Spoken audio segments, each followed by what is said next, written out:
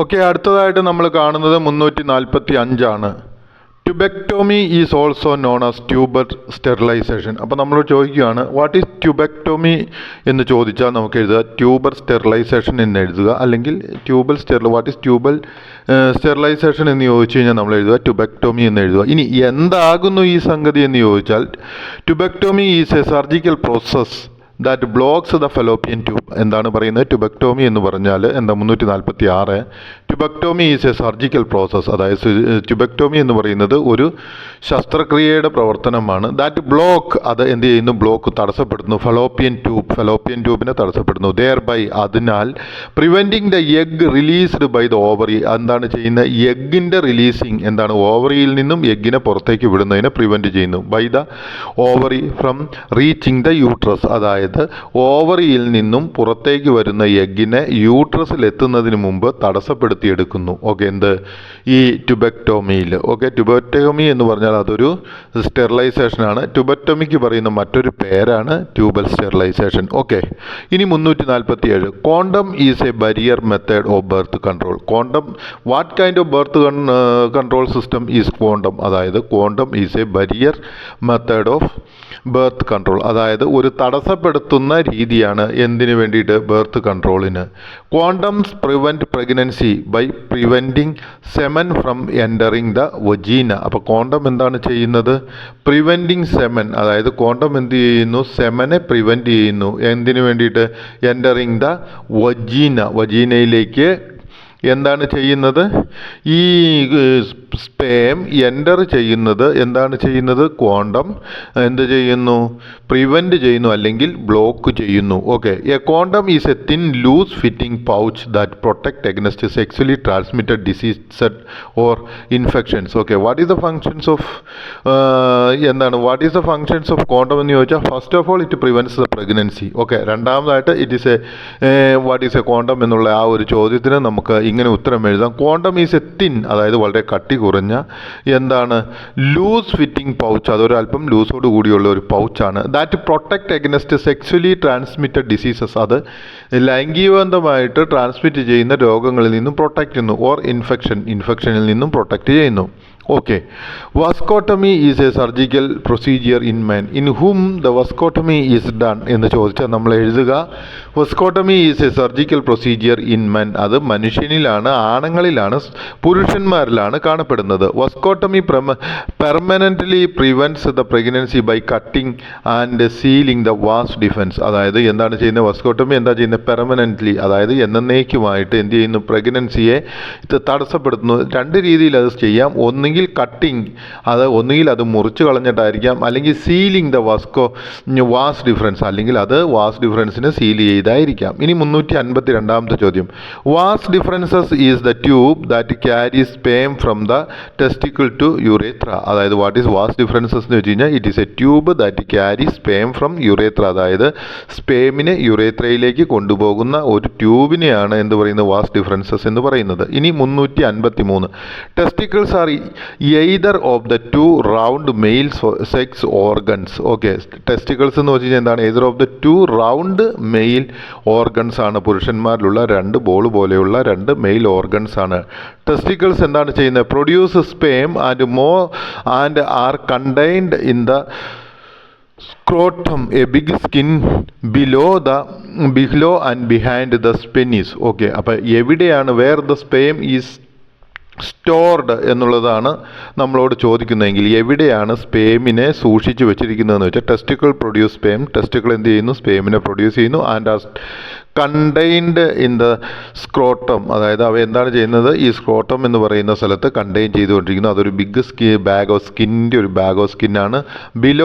Below and behind പെന്നീസിൻ്റെ അടിയിലും പിറകിലും അടിയിലുമായിട്ടുള്ള ഒരു ബാഗിലാണ് ഇത് സൂക്ഷിച്ച് വെച്ചിരിക്കുന്നത്. ഓക്കെ, ഇനി 335 ചോദ്യം. The urethra is the tube that lets the urine leave our body and our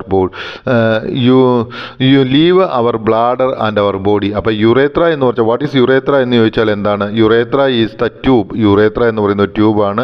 that lets the urine leave. അവിടെ നിന്ന് യൂറിൻ പുറത്തേക്ക് പോട്ടെ. അവർ ബ്ലാഡർ, നമ്മളുടെ യൂറിൻ ശേഖരിച്ച് വയ്ക്കുന്ന ബ്ലാഡറിൽ നിന്നും പുറത്തേക്ക് പോവുകയും അതിനുശേഷം അവർ ബോഡി നമ്മളുടെ ശരീരത്തു നിന്നും പുറത്തേക്ക് പോകുന്നതിന് വേണ്ടിയിട്ട് സഹായിക്കുന്ന ട്യൂബ്. ഇനി 356, the penis is A mail reproductive organ that is used for urination and sexual intercourse. അപ്പോൾ വാട്ട് ഈസ് പീനിസ് എന്ന് ചോദിച്ചാൽ നമ്മൾ എഴുതുക penis is the mail reproductive organ. അതൊരു പുരുഷൻ്റെ പ്രത്യുൽപാദന അവയവത്തെയാണ് എന്തെന്ന് പറയുന്നത് പീനിസ് എന്ന് പറയുന്നത്. Okay, that is used for urination. അതിൻ്റെ മറ്റൊരു ഉപയോഗം എന്ന് പറയുന്നത് എന്താണ്? യൂറിനേഷന് വേണ്ടി, മൂത്രം ഒഴിക്കാൻ വേണ്ടിയിട്ട് ഉപയോഗിക്കുന്നു. അതുപോലെ തന്നെ സെക്സ്വൽ ഇൻ്റർകോഴ്സ്, അതുപോലെ തന്നെ ലൈംഗിക ബന്ധത്തിൽ ഏർപ്പെടുന്നതിന് വേണ്ടിയിട്ടും ഉപയോഗിക്കുന്നു. ഇനി 357, ടെമ്പററി കോൺട്രാസെപ്റ്റീവ് മെത്തേഡ്സ് ആർ. ഏതെല്ലാമാണ് ടെമ്പററി, അതായത് അല്പകാലത്തേക്കുള്ളത് എന്ന് വെച്ച് കഴിഞ്ഞാൽ, അതായത് ഇതിന് ശേഷം ഇത് ഉപയോഗിക്കാതിരിക്കുകയോ മറ്റൊരു പ്രവർത്തനം നടത്തുകയോ ചെയ്താൽ ഈ കോൺട്രാസെപ്റ്റീവ് രീതികൾ മാറിപ്പോവാം. ഒന്നാമതായിട്ടുള്ളത് ഓറൽ കോൺട്രാസെപ്റ്റീവ് പിൽസ്, അതായത് നമ്മൾ വായിലൂടെ കഴിക്കുന്ന ഗർഭനിരോധന ഗുളികകൾ. അത് എന്താണ്? ടെമ്പററി കോൺട്രാസെപ്റ്റീവ് മെത്തേഡാണ്. അതായത് അല്പനാളത്തേക്കുള്ളൂ. ആ ഗുളിക കഴിക്കാതിരുന്നു കഴിഞ്ഞാൽ ഇനി ഗർഭധാരണം സംഭവിക്കാം. രണ്ടാമതായിട്ട് ഡയഫ്രം എന്ന് പറയുന്നത് നമുക്കറിയാം, യോനി നാളിയിലേക്ക് ഇൻസേർട്ട് ചെയ്യുന്ന കുഴിയുള്ള ഒരു ഫണൽ പോലെയുള്ള ഒരു സാധനമാണെന്നറിയാം. അത് ടെമ്പററിയാണ്. അത് കഴിഞ്ഞ് ലൈംഗിക ബന്ധത്തിന് ശേഷം എടുത്ത് കഴുകി ശുദ്ധീകരിച്ച് എടുക്കാവുന്നതാണ്. സ്പേമിസൈഡ് എന്ന് വെച്ച് കഴിഞ്ഞാൽ സ്പേമുകളെ കൊല്ലുന്ന ജെല്ല് പോലെയുള്ളത് അല്ലെങ്കിൽ ദ്രവരൂപത്തിലുള്ള ഒരു പദാർത്ഥമാണ്. ഇത് ലൈംഗിക ബന്ധത്തിന് ശേഷം ലൈംഗിക അവയവങ്ങൾ കഴുകി ശുദ്ധീകരിച്ച് കഴിയുമ്പോൾ പിന്നീട് വരുന്ന സ്പേമുകൾ നശിക്കുകയില്ല. അത് കാരണം അത് ഉപയോഗിക്കാം. ഇൻട്രാ യൂട്രൈൻ ഡിവൈസ്, അതായത് യൂട്രൈൻ ഡിവൈസ് അല്ലെങ്കിൽ യൂട്രസിനകത്ത് ഇടുന്ന ഡിവൈസുകൾ, അതായത് ഈ കോപ്പർട്ടി എന്ന് പറയുന്ന അല്ലെങ്കിൽ ടി ഷേപ്പിലുള്ള സാധനങ്ങൾ, അത് അവിടെ ഇടുന്നത് അത് എപ്പോഴാണോ ശരീരത്തിൽ നിന്ന് എടുത്തു മാറ്റുന്നത് അതിനുശേഷം സ്ത്രീക്ക് വീണ്ടും ഗർഭം ധരിക്കാവുന്നതാണ്. കോണ്ടം എന്ന് വെച്ച് കഴിഞ്ഞാൽ നമുക്കറിയാവുന്നതാണ്, ഗർഭനിരോധ എന്ന് പറയുന്ന സാധനം. അപ്പം അതും ഈ പറയുന്നത് പോലെ ഉപയോഗിക്കാതിരുന്നാൽ അവർക്ക് പിന്നീട് ഗർഭം ധരിക്കുന്നതിനായിട്ട് സാധിക്കും. ഇനി 358, പെർമനൻറ്റ് കോൺട്രാസെപ്റ്റീവ് മെത്തേഡ്സ് ആർ. അത് ഏതെല്ലാമാണ് പെർമനൻ്റ് ആയിട്ട് ഈ കോൺട്രാസെപ്റ്റീവ് മെത്തേഡ്സ് ആയിട്ട് നമുക്ക് ഉപയോഗിക്കുന്നത്? ഓക്കെ, ഒന്ന് ട്യൂബെക്ടോമി, രണ്ടാമത്തത് വാസ്കോട്ടമി. അതായത് ട്യൂബെക്ടോമി എന്ന് വെച്ച് കഴിഞ്ഞാൽ ഓവറിയിൽ നിന്നും അണ്ടം വരുന്നതിനെ കട്ട് ചെയ്യുന്നു. രണ്ടാമതായിട്ട് വാസ്കോട്ടമി എന്ന് വെച്ച് കഴിഞ്ഞാൽ ടെസ്റ്റിക്കിളിൽ നിന്നും അല്ലെങ്കിൽ സ്പേം ശേഖരിച്ച് വെച്ചിരിക്കുന്ന സ്ഥലത്ത് നിന്നും സ്പേം വരുന്ന ആ ട്യൂബിനെ കട്ട് ചെയ്യുക അല്ലെങ്കിൽ കെട്ടിവെക്കുകയോ ചെയ്യുന്നത്. അങ്ങനെ സ്പേമിൻ്റെയും അതുപോലെ തന്നെ അണ്ടത്തിൻ്റെയും ചലനപാതയെ ബ്ലോക്ക് ചെയ്യുന്നത്. The contraceptive methods in woman are. സ്ത്രീകളിൽ ഉപയോഗിക്കുന്ന കോൺട്രാസെപ്റ്റീവ് മെത്തേഡ്സ്, അതായത് ഗർഭധാരണം തടയുന്നതിന് വേണ്ടിയിട്ട് ഉപയോഗിക്കുന്ന മാർഗ്ഗങ്ങൾ ഏതെല്ലാമാണ്? ഒന്നാമതായിട്ട് ഓറൽ കോൺട്രാസെപ്റ്റീവ് പിൽസ്, അതായത് ഗുളികകൾ, ഗർഭധാരണം ഉണ്ടാകാതിരിക്കാനുള്ള ഗുളിക കഴിക്കുന്നത്. രണ്ടാമതായിട്ട് ഡയഫ്രം. മൂന്നാമതായിട്ട് സ്പേമിസൈഡ്സ് ആൻഡ് ഇൻട്രാ യൂട്രൈൻ ഡിവൈസസ്. അതുപോലെ തന്നെ ഈ ഇൻട്രാ യൂട്രൈൻ ഡിവൈസസ് ഇവയെല്ലാം എന്താണ്? സ്ത്രീകളിൽ ഉപയോഗിക്കുന്ന ഗർഭനിരോധന മാർഗങ്ങളാണ്. The contraceptive methods in men are. അതായത് പുരുഷനിൽ ഉപയോഗിക്കുന്ന കോൺട്രാസെപ്റ്റീവ് മെത്തേഡ്സ് ഏതെല്ലാമാണ്? ഓക്കെ, കോണ്ടംസ് ഓഫ് സ്പേം, അതായത്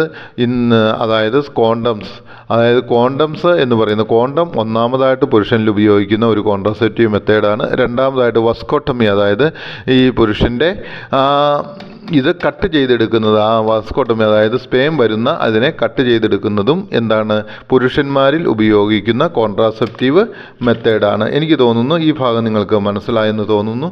ഇനി നമ്മൾ 361 പോവാണ്. If a couple is unable to conceive naturally even after 1 year from the time they decided to conceive, they can be considered infertile.